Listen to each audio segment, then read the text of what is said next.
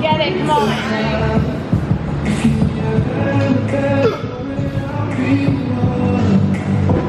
Yeah, you got it, you got it. Nice.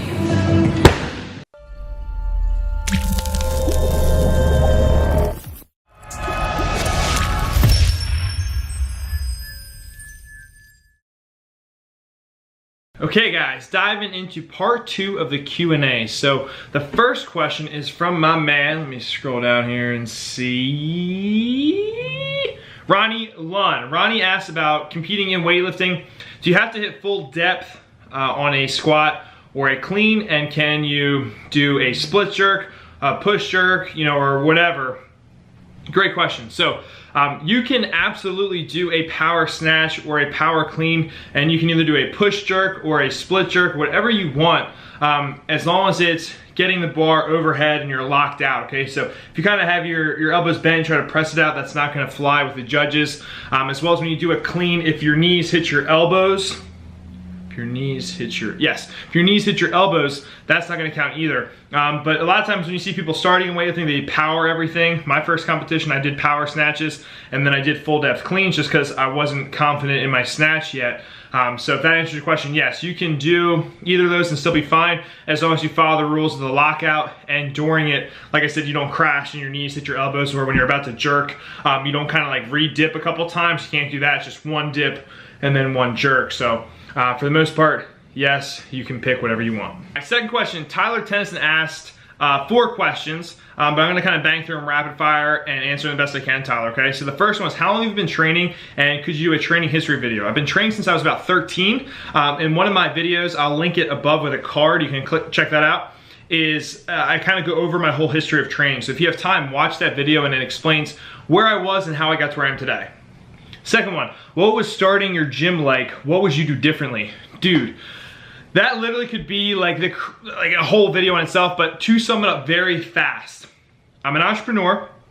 I was working a pool man job, making good money in overtime. Any of that money in overtime, okay, went towards some gym equipment, and I was living with my aunt and uncle at the time, so I turned their 2-car garage into a place for me to train, because by the time I got home from working 12, 13-hour days, I didn't want to drive to the gym. I was pretty unmotivated, and I figured right when I get home from work, I have to work out right in the garage. Now I did that, and people from the neighborhood started seeing me doing this, so I recruited a lot of people, started putting up some videos on YouTube, right? And over time, I just kept building and building to the point where I could quit my pool job and do the training full time. Now, to get to where I am today is a whole other story. I failed at 2 previous gyms due to location, not because I didn't have enough members or anything like that. It was more so the structure or the township or permits, and it was just a disaster. And if you watch a podcast I'm in, which I tag below in the description, that gives you like a whole background on all that stuff. But if you guys still want to know more about that, I'll make a video just on that, because it's a very interesting story and it'll teach you a lot about being an entrepreneur.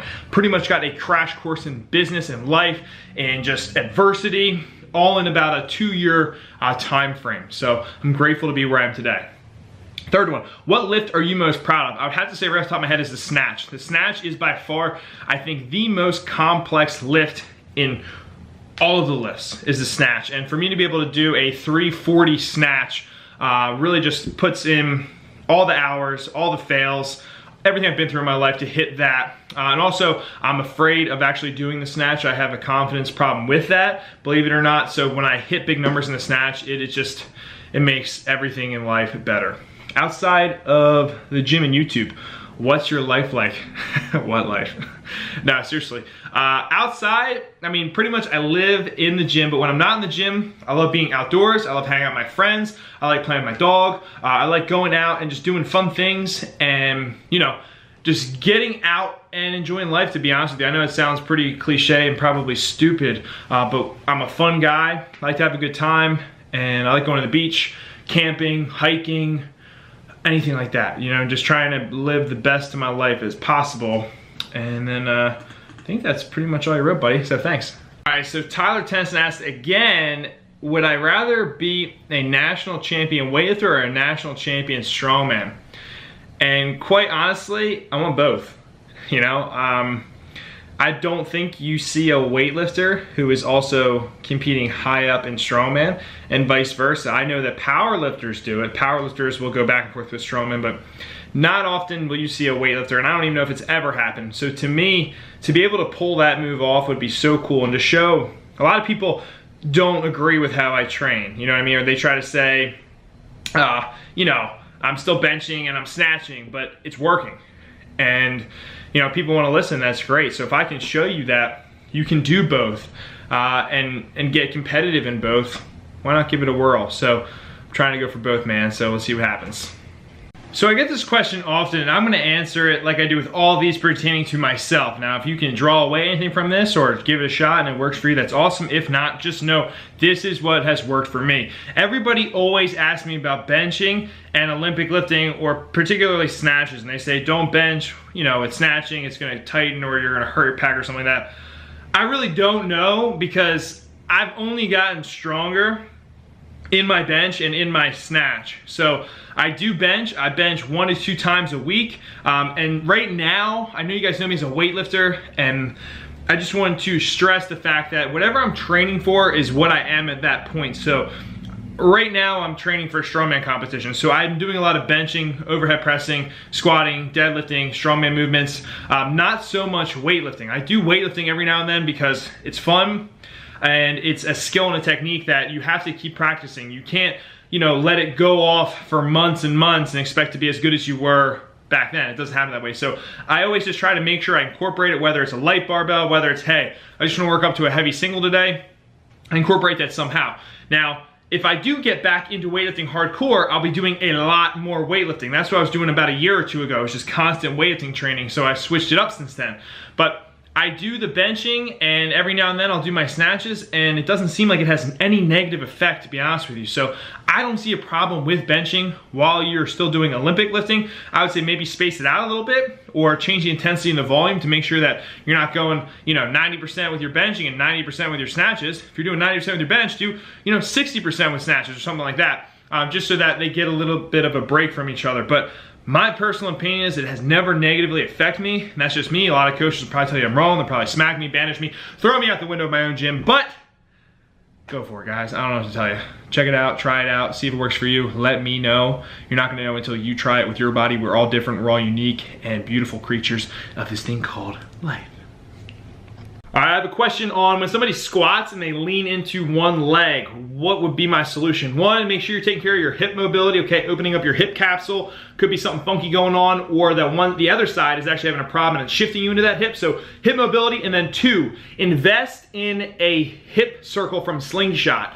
I tell all my young athletes, people with knee problems, or the knee valgus is what it's called, I'm pretty sure, where your knees cave in on the squat, to always use a hip circle. Just put it on, walk around all different directions for a couple minutes, and over time that will really teach you to keep your knees out and also help with hip placement in the squat. So buy one of those from Mark Bell or wherever you want, Rogue Fitness, I don't care. Get one, have them in your gym, have them for yourself. You can do a ton with that, and it's a great tool. Speaking of hips, okay, so a lot of you ask, what is the update on my hip problem?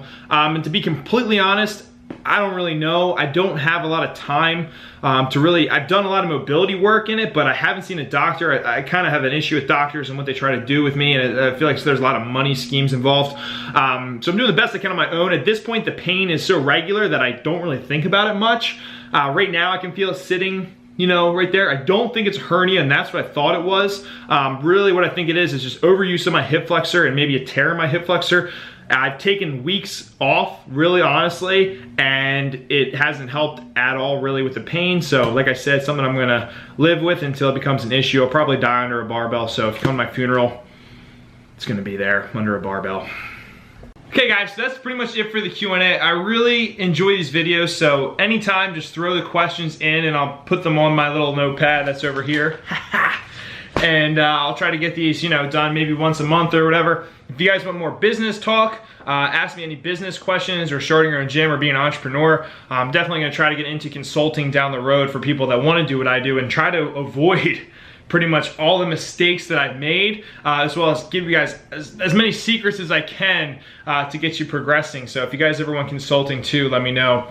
I know when I was doing it, there were so many things I wish people told me to get me ahead of the game. So just let me know if that's something you're ever interested in. But anyway, have a fantastic day, guys. I'm gonna rest. I'm pretty run down. I gotta compete Saturday, so hopefully the next video you see will be the recap of how I do Saturday for the Beast of Bloomsburg. So take care of yourself, guys. Later.